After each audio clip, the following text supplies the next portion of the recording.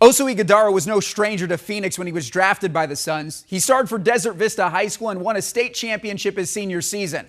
I caught up with the coach of that team, Gino Crump Sr., who remembers Oso as a force and a phenom from day one. Here's that extended conversation. You were Oso's high school coach at Desert Vista. Did you coach him for all 4 years? All 4 years, yes. Okay. And he was a freshman on varsity. He was the only freshman on varsity. Wow. That was a very good team he was on. Yeah. When did you first meet him, and what was your first impression of him as a player? I met him when his freshman year, when he first I saw him walking around campus. I noticed he was, pretty tall for his age. And then, when he first came into open gyms, he came in and competed.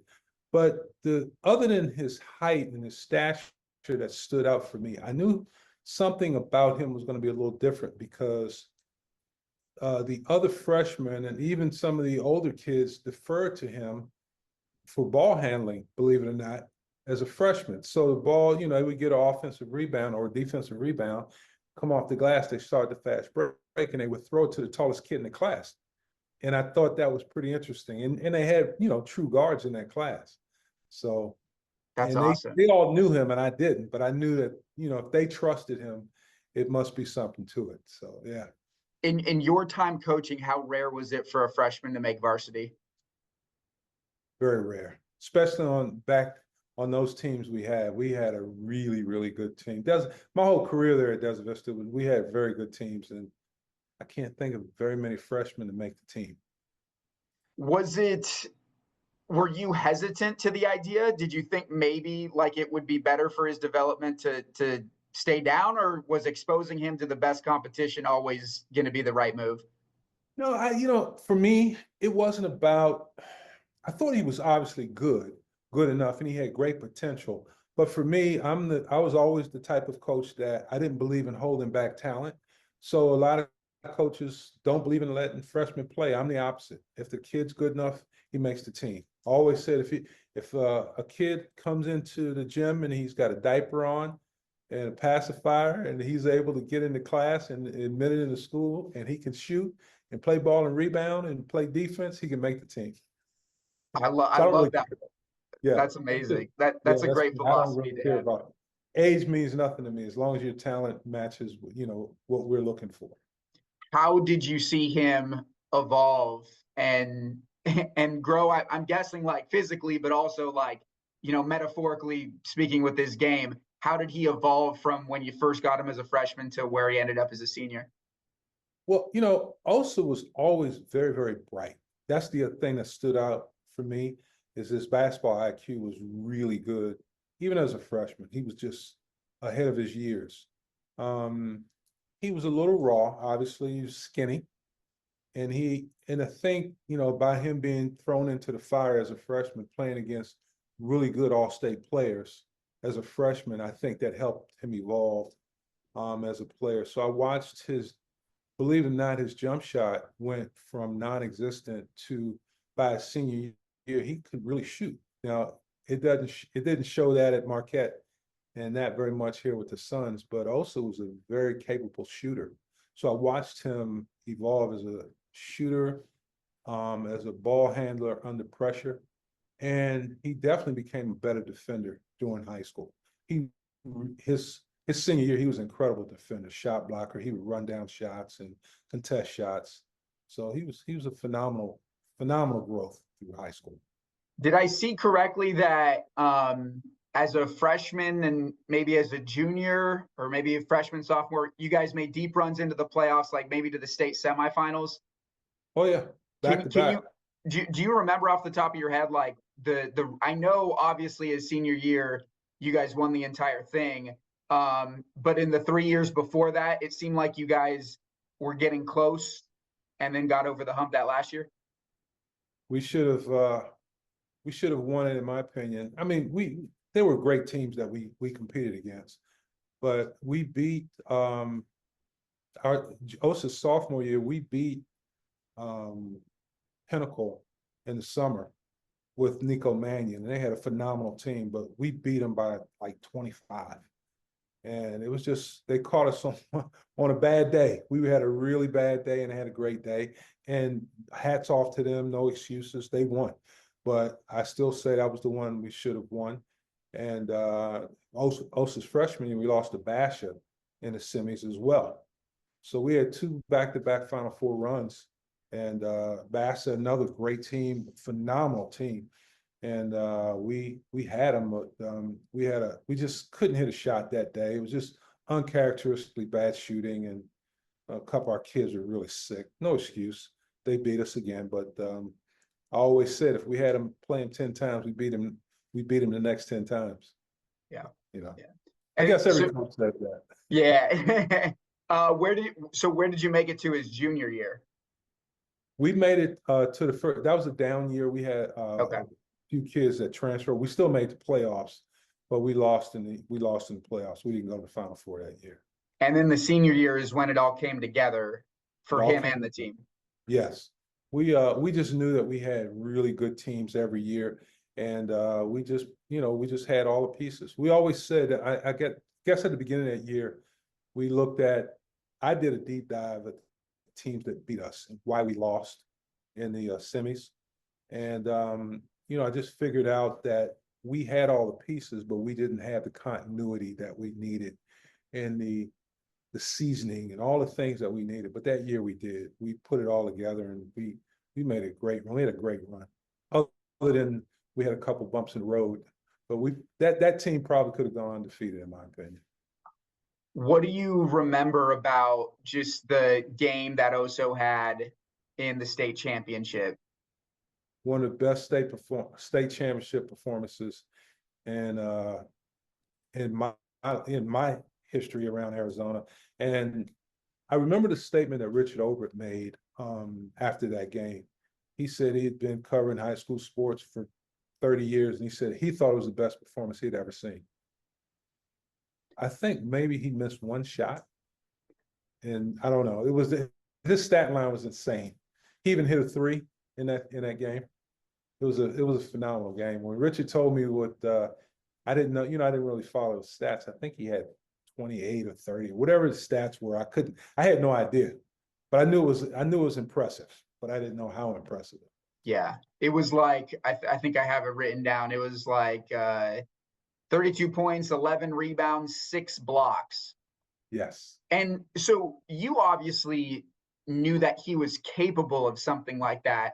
But what does it say? But what does it say when he does that in the most important game of the season? It's just who he is. He's a winner. He's bright.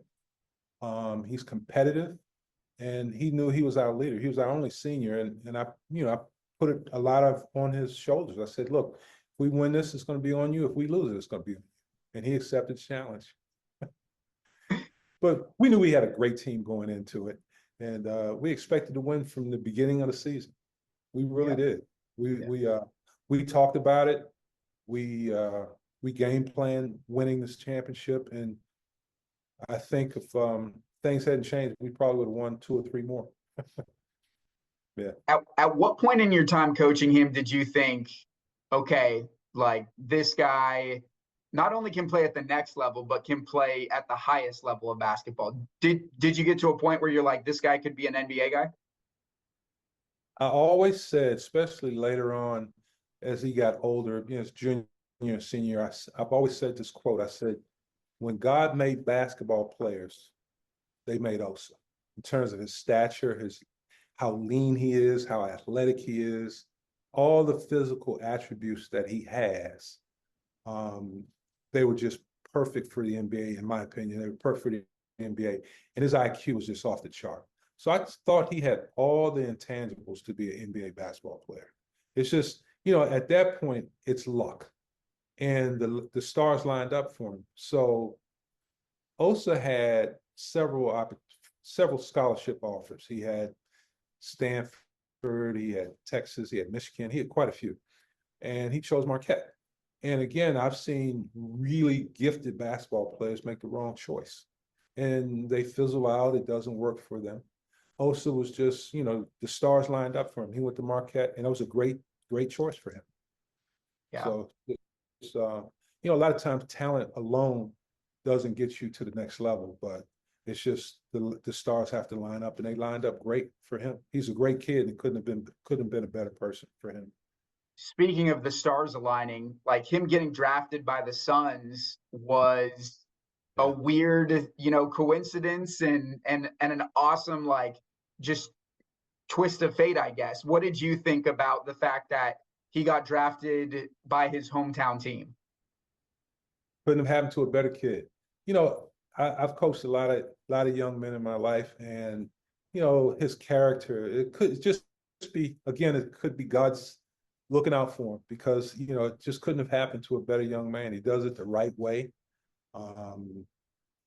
He just works hard, and it's paying off.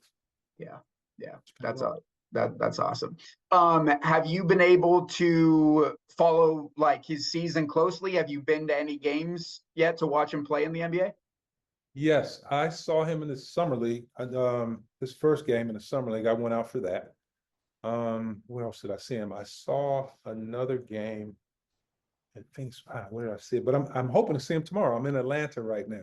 Nice. So I don't know if you knew that, but I happen to be here, and they play tomorrow. So I talked to him. He said he's gonna get me tickets. So if he doesn't, you'll know. But I'm hoping to see him tomorrow. Maybe we can hook up while I'm in town. What do you make just of how this season has kind of unfolded for him? Like, he has been embraced by the veterans on that team. His Yes. role is starting to grow. He's getting more minutes. And like, as we talked about at the start, the example of last night where they trust him. And in a critical situation of the game, they're not afraid to give him the ball. Yes. Well, the thing about him is that what I've said from the beginning is his IQ. He plays to win. He doesn't play for himself. And that alone makes other players, other great players, want to play with you. Because I wish he would shoot more. And I wanted him to shoot more in high school. I would certainly want him to shoot more in college. But it's not about that for him. It's about him, you know, making plays and, you know, doing what it takes to win basketball games. And that's what makes him good. And I think the coaches are recognizing that, and they're starting to reward him for that.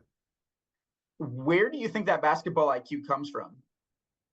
Well, his dad was a good basketball player. And just being a student of the game. He's always, you know, trying to learn, trying to get better. And, you know, when I got him, he was always, you know, he was bright from the beginning, but it just blossomed through high school and just continued under Shaka. You know, Shaka's a really good coach. And I seem to think, you know, he learned a lot under me, and it continued once he got to college, and now he's in the NBA. So it only, you know, it's just, again, when you're a sponge, good things happen, and he's a sponge. How proud does it make you that like one of your former players is doing what he's doing? Yeah, and it couldn't have happened to a better young man. I'm super proud of him. He's just a great kid. He's the poster child for doing it the right way. I've had a number of super talented basketball players that I've coached in the past, but again, the stars didn't line up. They didn't do it the right way. They made some blunders. They took the wrong turns. They wanted to take shortcuts.